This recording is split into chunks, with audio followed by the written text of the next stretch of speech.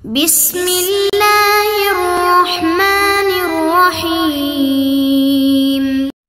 نحمدہ ونصلی علی رسولہ الکریم والحمد للہ رب العالمین۔ آج ہم ریاض الصالحین کا باب نمبر 38 پڑھنے جا رہے ہیں۔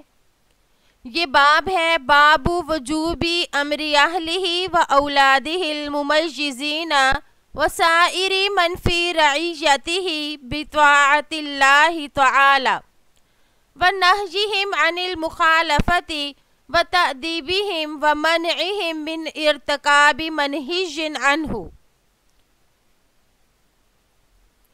اپنے اہل و عیال اور دیگر متعلقین کو اللہ تعالیٰ کی اطاعت کرنے کا حکم دینے اور ان کو اللہ کی مخالفت سے روکنے، انہیں سزا دینے اور اللہ کی منع کردہ چیزوں کے ارتکاب سے انہیں باز رکھنے کا بیان۔ جیسا کہ آپ کو معلوم ہے کہ ہم جب حدیث کا سبق شروع کرتے ہیں تو سب سے پہلے ہم اپنی نیت کو درست کرتے ہیں، کیونکہ نیت کا درست کرنا بہت ہی ضروری ہے۔ ہم یہ نیت کریں کہ ہم حدیث کو جو پڑھ رہے ہیں تو ہماری نیت اس میں اللہ تعالیٰ کی رضا ہے، کہ ہم احادیث پر عمل کر کے اللہ تعالیٰ کی رضا کو حاصل کریں گے۔ جیسا کہ آپ حضرات کو معلوم ہے، ریاض الصالحین میں اکثر وہی احادیث ہیں جن کا تعلق ہماری زندگی کے ساتھ ہے، یعنی ان احادیث پر عمل کر کے ہم اپنی زندگیوں کو نورانیت بخشیں گے۔ اور اس باب میں وہی احادیث ذکر کی جائیں گی جن کا تعلق اپنی اولاد اور اپنے متعلقین کی تربیت کے متعلق ہوں۔ جیسے کہ امام نووی رحمہ اللہ کی عادت ہے کہ سب سے پہلے وہ ان قرآن پاک کی آیات کو ذکر کرتے ہیں جو ان کے باب کے ساتھ مناسبت رکھتی ہوں، اور اس کے بعد احادیث کو ذکر کرتے ہیں۔ تو ہم اسی طرح پہلے آیات کو پڑھتے ہیں۔ قال اللہ تعالی وَأْمُرْ أَهْلَكَ بِالصَّلَاةِ وَاصْطَبِرْ عَلَيْهَا۔ اللہ جل شانہ کا ارشاد ہے کہ اپنے گھر والوں کو نماز کا حکم کرو اور خود اس پر قائم رہو۔ اس آیت میں مفسرین یہ فرماتے ہیں کہ اہلہ سے مراد بیوی، اولاد اور متعلقین یعنی سب ہیں، اور بعض نے اس سے مراد قبیلہ بھی لیا، اور بعض کے نزدیک ہم مذہب یعنی جو بھی یہ مذہب والے ہیں وہ سب مراد ہیں۔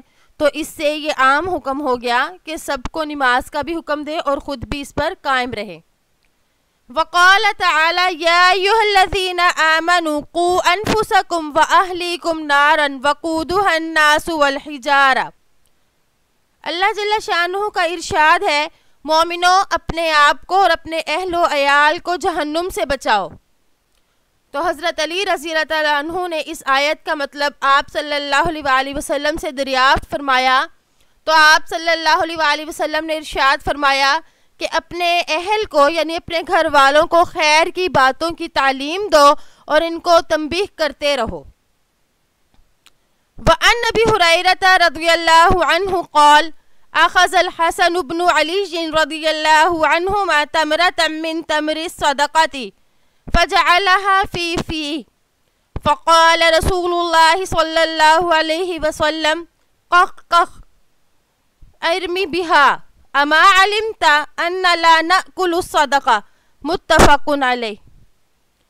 حضرت ابو ہریرہ رضی اللہ تعالیٰ عنہ فرماتے ہیں کہ حضرت حسن بن علی رضی اللہ عنہما نے صدقے کی کھجوروں میں سے ایک کھجور کو اٹھایا اور اس کو اپنے منہ میں ڈال لیا، تو اس پر آپ صلی اللہ علیہ وآلہ وسلم نے ارشاد فرمایا قخ قخ کہ اس کو پھینک دو، کیا تم نہیں جانتے کہ ہم صدقے کا مال نہیں کھاتے؟ اور ایک روایت میں ہے انا لا تحل لنا الصدقہ، یعنی ہمارے لیے صدقہ حلال نہیں ہے۔ اس حدیث مبارکہ میں دیکھیں کہ اس سے معلوم ہوتا ہے کہ جب حضرت حسن رضی اللہ تعالیٰ عنہ نے کھجور منہ میں ڈالی تو آپ صلی اللہ علیہ وآلہ وسلم نے انہیں منع فرمایا، تو اس سے معلوم ہوا کہ انہوں نے ان کی تربیت کی۔ اور جب حضرت حسن رضی اللہ تعالیٰ عنہ نے ایسے کھجور منہ میں ڈالی تو یہ اس وقت کا واقعہ ہے جب حضرت حسن جو ہیں وہ بھی بچے تھے۔ تو اس سے علماء نے یہ استدلال کیا ہے کہ والدین اور سرپرست کی یہ ذمہ داری ہے کہ وہ اپنے بچوں کو بچپن ہی سے غلط کاموں سے روکے، یعنی جو چیزیں منع ہیں ان کو پہلے ہی روک دینا چاہیے. جیسے کہ اس حدیث میں آپ صلی اللہ علیہ وآلہ وسلم نے یہ فرمایا الا اما علمتا، کیا تو نہیں جانتا. تو یہ فقرہ اس وقت بولا جاتا ہے جب سامنے والے کو پہلے ہی اس کے بارے میں علم ہو. اس سے معلوم ہوا کہ حضرت حسن رضی اللہ تعالیٰ عنہ کو اس کے بارے میں پہلے ہی بتایا جاتا رہتا تھا، لیکن چونکہ وہ بچے تھے تو انہوں نے منہ میں ڈال لی اور انہیں پتہ نہیں چلا. تو آپ صلی اللہ علیہ وآلہ وسلم نے فرمایا کہ تو نہیں جانتا کہ ہم صدقہ نہیں کھاتے. یعنی حضرت حسن رضی اللہ تعالیٰ عنہ کی تربیت میں یہ پہلے ہی موجود تھا کہ صدقے کا مال ہم لوگوں نے نہیں کھانا. تو اس طرح اپنے بچوں کی ہر کام پر نظر رکھنی چاہیے. یہ والدین کی پوری ذمہ داری ہے کہ وہ اپنے بچوں کو ہر برے کام سے منع کریں اور ہر اچھے کام کی ترغیب دیں. تو اس حدیث میں جو آپ صلی اللہ علیہ وآلہ وسلم نے فرمایا قق قق، یہ آواز اس وقت نکالی جاتی ہے جب بچہ کوئی غلط چیز منہ میں ڈال لے، اور اس چیز کو نکالنے کے لیے جب کہا جاتا ہے کہ اس کو منہ سے نکالو تو اس طرح کی آواز پیدا ہوتی ہے. تو آپ صلی اللہ علیہ وآلہ وسلم کے خاندان والوں کے لیے یہ صدقہ حلال نہیں ہے. آپ نے فرمایا لنا، یعنی ہمارے لیے یہ صدقہ جائز نہیں. تو اب اس لنا میں یعنی آپ صلی اللہ علیہ وآلہ وسلم کے خاندان میں کون کون شامل ہے؟ تو آپ صلی اللہ علیہ وآلہ وسلم کے خاندان میں 5 جو ہے نا گروہ، 5 قسم کے لوگ داخل ہیں. نمبر 1 بنو ہاشم، جن کے لیے زکوٰۃ لینا جائز نہیں. نمبر 2 حضرت جعفر رضی اللہ تعالیٰ عنہ کی اولاد. نمبر 3 حضرت عقیل رضی اللہ تعالیٰ عنہ کی اولاد. نمبر 4 حضرت عباس رضی اللہ تعالیٰ عنہ کی اولاد. نمبر 5 حضرت حارث بن عبد المطلب کی اولاد. یعنی ان کے بارے میں یہ کہا جاتا ہے کہ ان کی اولادوں کے لیے زکوٰۃ لینا جائز نہیں. تو آپ صلی اللہ علیہ وآلہ وسلم نے یہ جو لنا کا صیغہ بولا، اس سے مراد یہ 5 خاندان ہیں.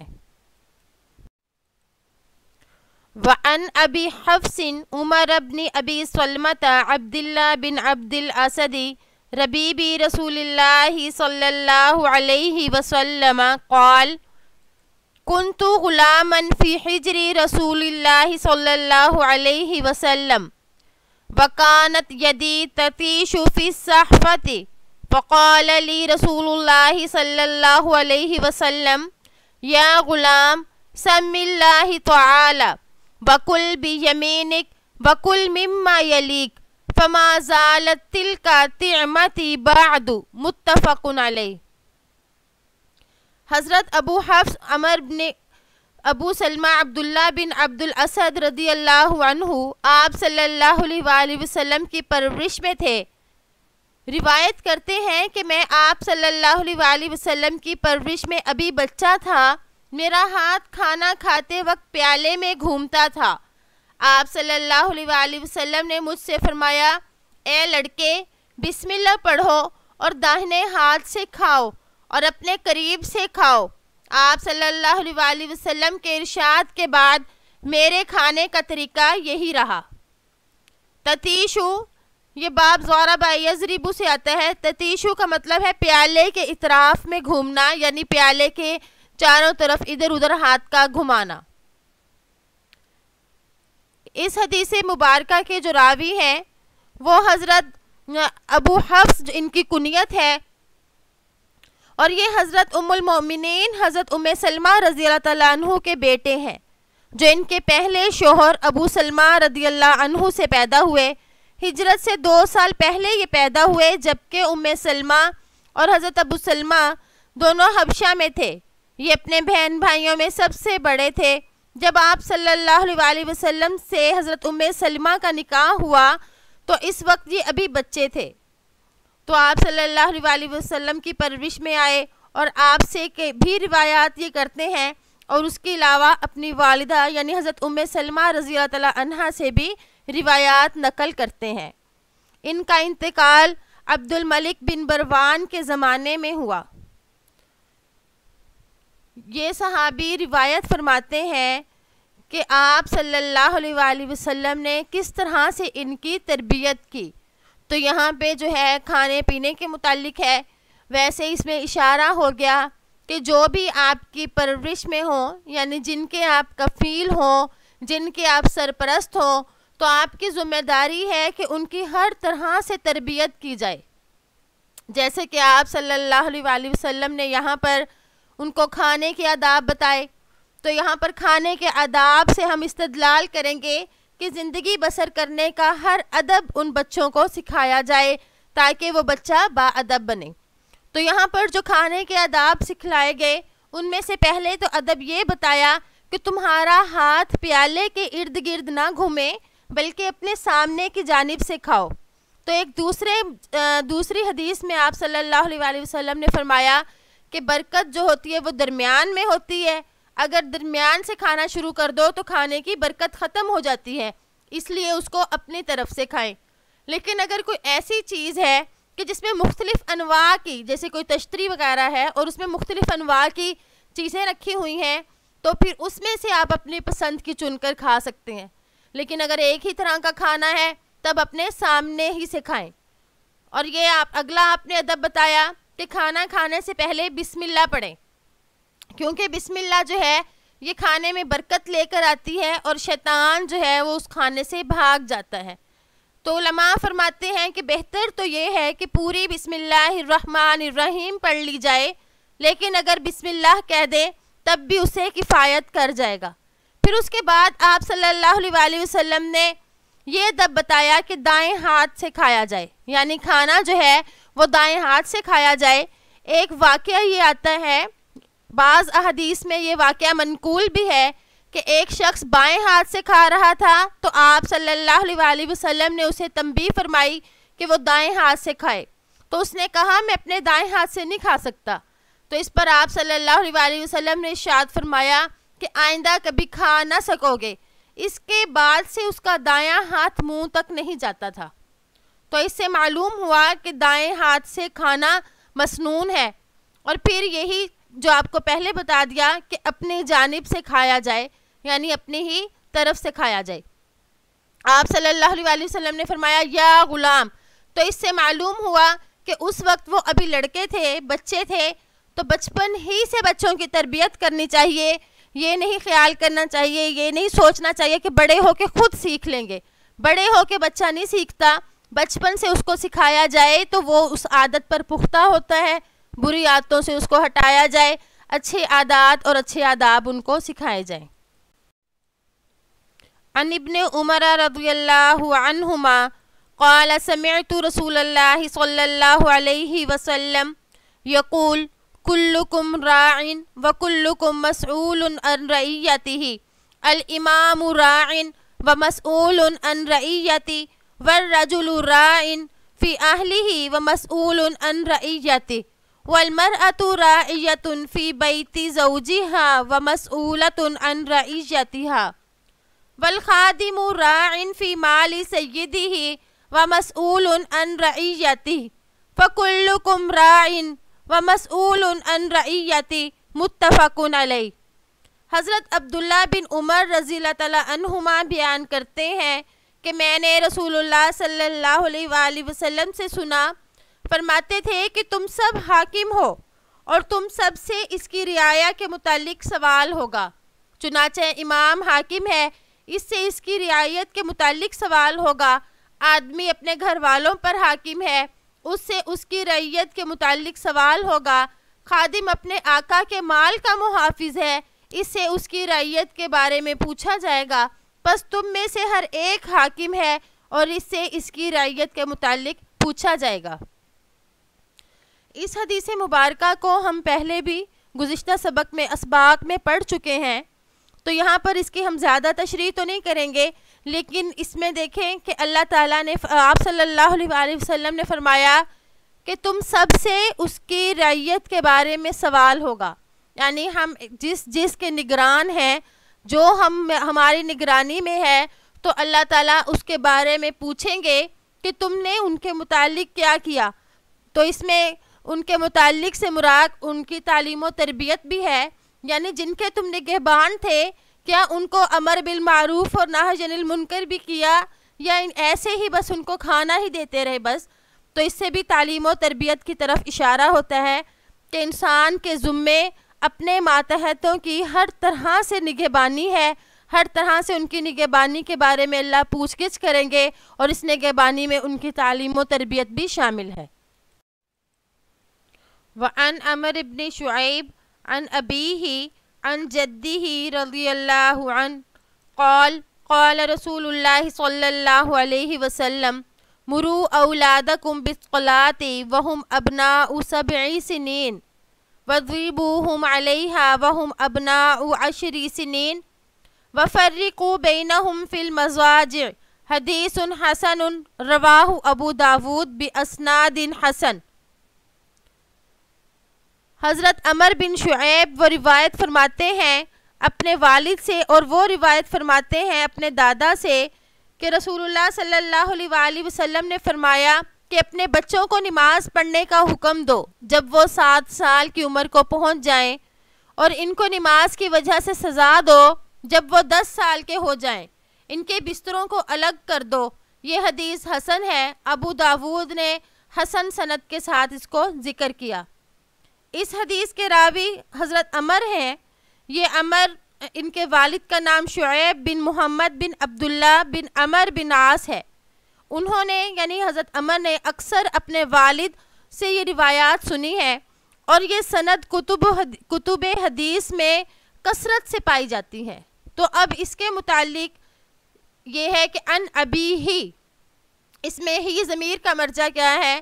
تو ہی ضمیر عمر کی طرف راجع ہے، ہی ضمیر عمر کی طرف راجع ہے، یعنی وہ روایت فرماتے ہیں اپنے والد سے، ابی ہی یعنی اپنے والد، اور عمر کے والد شعیب یعنی عمر بن شعیب روایت فرماتے ہیں شعیب سے، اور وہ روایت فرماتے ہیں اپنے دادا سے۔ تو اس ہی ضمیر کا مرجع کیا ہے؟ اس کے بارے میں 2 قول ہیں، یعنی اس ہی ضمیر کے بارے میں 2 احتمال ہیں، 2 احتمال پائے جاتے ہیں۔ پہلا احتمال تو یہ ہے کہ یہ اس میں ہی ضمیر کا مرجع عمر ہے، یہ عمر، تو وہ روایت فرماتے ہیں اپنے دادا سے، یعنی عمر کے جو دادا تھے، ہم نے جیسے کہ آپ کو پہلے بتایا ان کا نسب بیان کیا، تو اس میں یہ ہے کہ ان کے دادا محمد ہیں، تو عمر اگر ان کا مرجع ہوا اس ضمیر کا تو پھر بنے گا کہ اس کے مصداق محمد یعنی شعیب عمر کے دادا، اور محمد سے روایت فرماتے ہیں، یعنی شعیب جو ہیں عمر کے والد، تو عمر نے کہا کہ وہ میرے دادا یعنی محمد سے روایت کرتے ہیں۔ اور دوسرا احتمال یہ ہے کہ جدہی میں ہی ضمیر کا مرجع ابی ہی ہے، ہی ضمیر کا مرجع ابی ہی ہے، یعنی عمر روایت فرماتے ہیں اپنے والد سے، اور ان کے والد روایت فرماتے ہیں اپنے دادا سے۔ تو اگر ہی ضمیر اس کا مرجع یہ ہوگا تو پھر اس کا مصداق عبداللہ بن عمر ہوں گے جو کہ شعیب کے دادا ہیں، مطلب یہ ہوگا کہ شعیب اپنے دادا عبداللہ سے روایت کرتے ہیں۔ تو ان احتمالات کی وجہ سے اس سند میں اختلاف ہو گیا، یعنی یہ سند قابل احتجاج، پھر اس میں اختلاف ہوا کہ یہ سند قابل احتجاج ہے یا نہیں۔ تو یہ سند قابل احتجاج ہے، جہاں پر جو فرمایا کہ اس کو بِأَسْنَادٍ حسن، یعنی کم از کم حسن کے درجے پر تو ضرور ہے، تو اس سے یہ مراد ہے۔ تو اس میں آپ صلی اللہ علیہ وآلہ وسلم نے اس حدیث مبارکہ میں اپنے بچوں کی تربیت کے بارے میں فرمایا کہ اپنے بچوں کو نماز کا حکم دو جب کہ وہ 7 سال کے ہو جائے، اس وقت سے ان کو نماز کی عادت ڈالو، اور اگر 10 سال کے ہو کر بھی نہ پڑھیں تو پھر ان کو کچھ سکھانے کے لیے، کچھ ادب سکھلانے کے لیے ان کو اگر سرزنش بھی کرنا پڑے تو ان کو کر دی جائے۔ اور پھر فرمایا کہ ان کے بستروں کو الگ الگ کر دو، اگرچہ سگے بھائی بھی ہوں تو پھر جب 10 سال کی عمر کے ہو جائیں تو ان کے بستروں کو الگ الگ کر دیا جائے۔ یعنی اس حدیث میں حقوق اللہ، حقوق العباد دونوں ہی کے متعلق بتایا گیا کہ اپنے بچوں کی تربیت میں ہر پہلو پر نظر کرو کہ اپنا بچہ ہر پہلو پر انہی احکام کی پیروی کرنے والا ہو جن احکام کی اللہ اور اس کے رسول نے تعلیم دی ہے، خواہ وہ حقوق العباد ہوں یعنی صلاۃ وغیرہ۔ صلاۃ کا لفظ ذکر کیا اور اس میں دوسری عبادات بھی داخل ہو جائیں گی، یعنی روزہ اور دوسری چیزیں بھی، ان کا پابند ان کو بنایا جائے، اور یہاں پہ حقوق العباد کے متعلق بتا دیا۔ اگلی حدیث وعن ابی سریۃ صبرہ بن معبد الجہنی رضی اللہ عنہ قال قال رسول اللہ صلی اللہ علیہ وسلم علموا الصبی الصلاۃ لسبع سنین واضربوہ علیہ ابن 10 سنین. حدیث رواہ ابو داود والترمذی وقال حدیث حسن. حضرت ابی سریہ رضی اللہ تعالی عنہ سے روایت ہے. حضرت ابو سریہ صبرہ بن معبد الجہنی رضی اللہ عنہ سے روایت کرتے ہیں کہ آپ صلی اللہ علیہ وسلم نے ارشاد فرمایا کہ 7 برس کے بچے کو نماز کی تعلیم دو، 10 سال کے بچے کو نماز نہ پڑھنے کی وجہ سے سزا دو. یہ حدیث حسن ہے. ابو داود کے الفاظ یہ ہیں کہ جب بچہ 7 سال کی عمر کو پہنچ جائے تو اس کو نماز پڑھنے کا حکم دو. علموا الصبیہ، پہلی روایت میں تھا مرو اور یہاں پہ ہے علموا. تو اس میں یہ ہے کہ اللہ تعالیٰ آپ صلی اللہ علیہ وسلم نے سرپرست کو یہ حکم دیا کہ وہ اپنے تعلیم دیں، ان کو سکھائیں. تو کبھی کوئی لفظ لے کر آئے اور کبھی کوئی لفظ لے کر آئے. مراد یہاں پر یہ ہے کہ اپنے بچوں کی تعلیم و تربیت کرو.